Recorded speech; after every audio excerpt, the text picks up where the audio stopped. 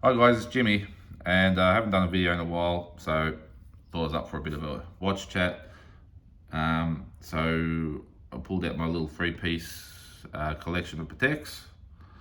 So I've got my weekly calendar, my Calatrava, and my Aquanaut. And on the wrist, I'm wearing an Amiga Seamaster from 1980, practically a new old stock. So a bit of a time warp. This one, you get an idea of what it would have been like back then to walk into Amiga and buy one of these. Gorgeous condition. Anyway, the video is not just about PATEK. I just thought I'd put them out there, a nice little display. Although we can talk about them obviously. But a couple of weeks ago, when I made a video about buying a vintage Hoya and ending up at Oris. I was meant to buy myself a new Oris, but unfortunately they were closed. Well, since that video, I ended up getting back to Melbourne. Went into the Oris boutique in Collins Street. They were opened, and funnily enough, they recognised me once I walked in, and started having a nice chat there. And I was actually apologetic about not being able to serve me that day. And I mentioned to them that they actually knew that my brother had bought a watch there. They worked out who's who. And I actually mentioned to him, well, I did come back on the Monday, but yous were closed. And he kept apologising. I said, no need to apologise. I wasn't aware, I didn't check if the store was meant to be open. But apparently they're not opened on Sundays or Mondays. Had a very, their boutique's got a really nice homely feel about it. They're very passionate about their product. Feels like a real owner-run business. It's there's nothing sort of corporate about it. So it was really nice having a chat with them there. I explained to them that my watch collecting passion started with Oris, and I was just discussing with them the models I've had and that I am interested in buying one. But the day I did come in to buy one, I ended up buying a vintage Hoya. So sooner or later I will buy another Oris to add to my collection, and I'm thinking it'll probably be one of the pointer dates, probably in a stainless steel case, probably on a bracelet. He proceeded to show me an Oris pointer date that is going to be a limited edition one. I think they're only making 50 of them, very few. It's sort of, I think it's aimed at the new collector. Had like a case back with a train on it or something. I can't remember what it was, some anniversary model for some train line or something. I can't remember what it was.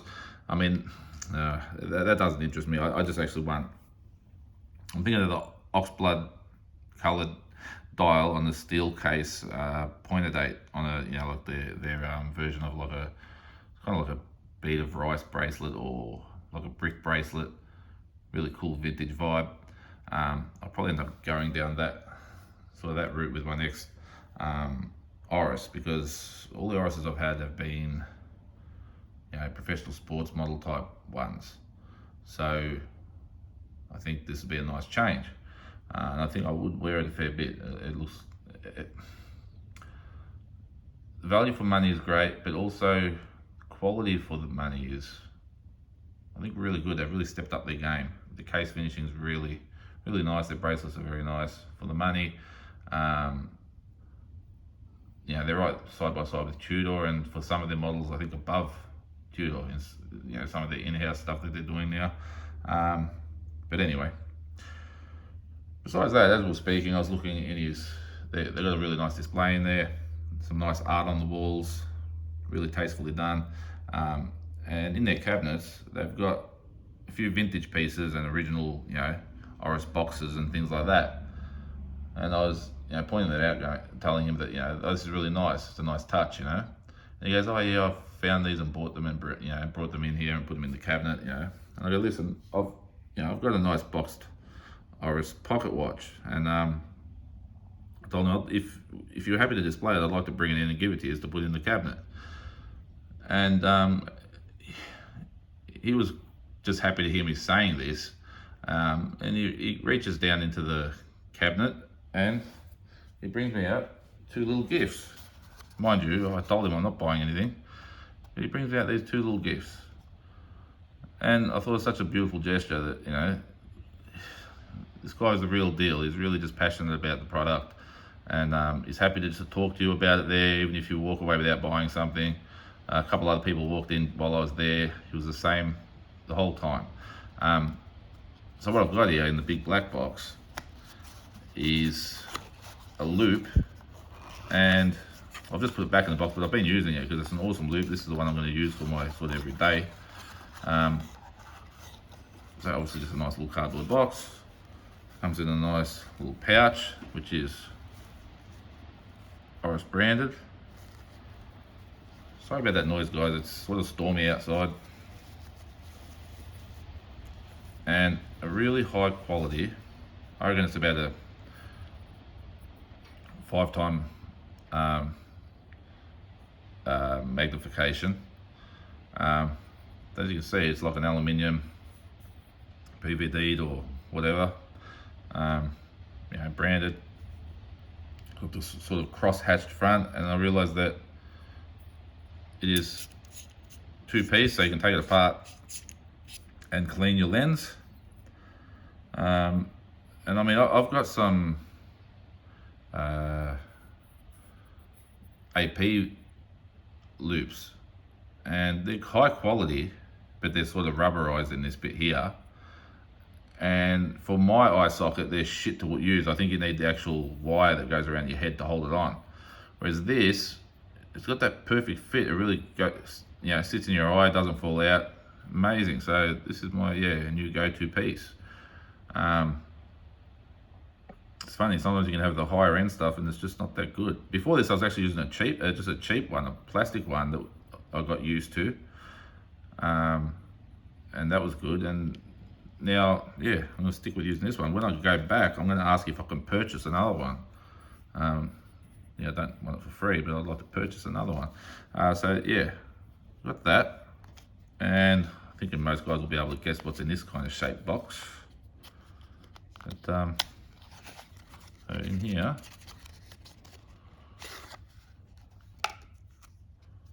well, the pouch isn't branded, but so you got the little Swiss Army knife with the Oris branding, and it's still got fingerprints on it. Hang on.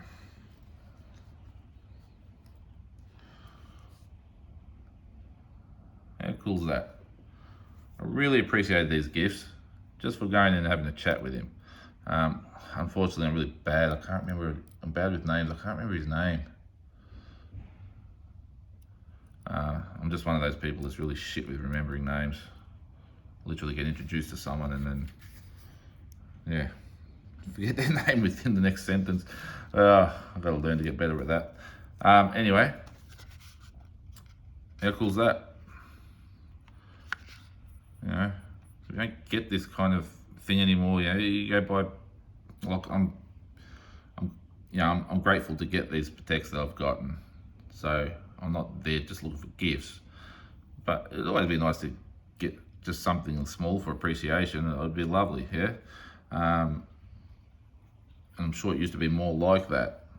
Like with Rolex, they throw you little things here and there, and then I don't know. Actually, I can't remember the last time I bought a Rolex and got anything interesting. You know, I think the last thing I got was an umbrella when I bought my daughter one of her Rolexes. But that was for her. I'm thinking I'm always bleeding to get this stuff, and when I buy for my kids, they seem to give me more gifts. But anyway, I guess it's, you know, just happy to get the watches. Oh yeah, so I went through the cupboards. I found this little Oris. Here it is. Cool sort of 1960s packaging. It's got the original date on here. There it is. What's that? 1st of August, 1964. And how's this thing open? There we go. Gotta be careful. Hold. There it is.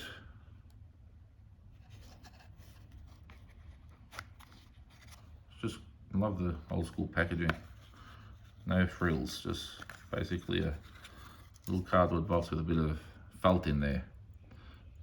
yeah, a bit of a pat on the background on the back of the case. Yeah, it's got a 64. I don't know if this was old stock or not. Could be radium, could be tritium. Doesn't say on the dial. So next time I go in there, I'll take this in. Hopefully they'll want to display it. So yeah, any local guys from Melbourne, if you end up going in there in the future and seeing this in there, you know where it came from. But yeah, just thought they were great blokes. So at sometime sometime in the future now, I'd say within the next year, I'll get myself one of these Oris pointer dates. Like I said, yeah, the ox-blood red dial, stainless case, stainless bracelet. I'm thinking that's cool. I don't even know how much they are, but they don't have the in-house movement, so I don't think they could be all that dear. The in-house calibers are getting better and better. I think they've ironed out the problems on their first series. They reckon they're pretty good now, and they must be, because I think they've got a 10-year guarantee, which is pretty damn cool. I know some of the original stuff from back in the day had 10-year guarantees on them. Yeah, I've got an old Oris from the 30s, which the case back still got the stamping on there with a 10-year guarantee, which is really amazing. So apart from that, with new purchases, just waiting on the next PATEK to hopefully be offered. Or it's kind of funny with PATEK, they tell you yes, but they don't really tell you when. Well, they don't tell me. I'm sure the big collectors that spend millions on it, they can get them every month if they want. For me, it feels like each one's like a grail. You wait patiently, and hey, it's some are expensive, and I mean, it depends how deep your pockets are and what you consider expensive, but the next one's, I'm thinking is a serious grail, because it's going to be one of those watches that gives you that bit of a oof, when you buy it. And I stole that saying from John Mayer. He was saying the same thing when he was talking with Houdinki, just talking about when you're getting serious when you have that sort of oof moment of it's getting serious.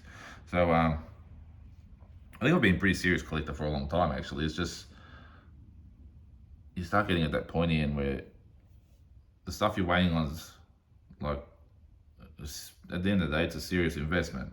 Like, you're spending a lot of money on it. You've got to make sure you're actually happy to do that rather than spend that money elsewhere. And then you look past that, like we always do. You're always looking past the next one, and you're thinking, when you start getting into some of this PATEK stuff, that's I'd like to get into some complicated stuff at some stage. Really, I'd like to be in, something perpetual with a chronograph, and you start talking, serious coin. And then a lot of them, you start looking at the gem set versions, which even a collector at my level, you can get them, because I don't think they're the easiest sale in the world. But Jesus, when you start talking in that $400,000 range, it becomes a thing where you got to be happy to put your eggs in that basket and do that, because you can really start thinking about, well, what else you might do with that kind of money. So I'm not in a rush for those kind of things. If that takes time, or because we're all doing different things in this world, you got your business, you might be investing in other things, so you got to take care of that first. So I'm not in a hurry to go that big, but obviously throughout the rest of my life, I'd like to. It's the one thing it's the one thing I enjoy doing. So we'll see how far it goes. I don't think I'm going to lose interest, because somehow it's gone to the point where even if I don't necessarily wear a piece for a long time, but I still adore it. It still, gives me that happiness of, that hobby, If you start losing that interest or love for them, well, you're best off just selling them and getting out and find something that is enjoyable. So I don't think they're ever going to become non-enjoyable. So yeah, keep going. And like I said, I had just as much fun hanging out at good old Oris now that they've got a boutique in Melbourne. And being a boutique, you realise how much nice stuff they make, because they've got a great range in there of everything they make. Whereas the authorised dealers that have got Oris, they don't get a lot of their watches. They might get the stuff that's sort of been sitting or hard to sell, or they're happy to discount or whatever. So that's one thing. Choosing the Oris that I actually want, paying the full retail for it. I'm quite happy to do that, even though you can get them at a discount in other places, but you won't necessarily get the model you exactly want. So yeah, looking forward to doing that. And being a pointer date, it's a slightly dressier watch. It's not something I'll just buy to wear on the farm. I will actually wear it out, because there's no need to be snobby in this collecting game. I mean, at the end of the day, the pointer date is a similar kind of watch like this, and I can enjoy wearing this, and I can enjoy wearing that Oris. So yeah, it's all fun. Got to keep it fun. Can't take it too serious. Apart from what I'm talking about before, you got to be careful with making decisions with your money, obviously. I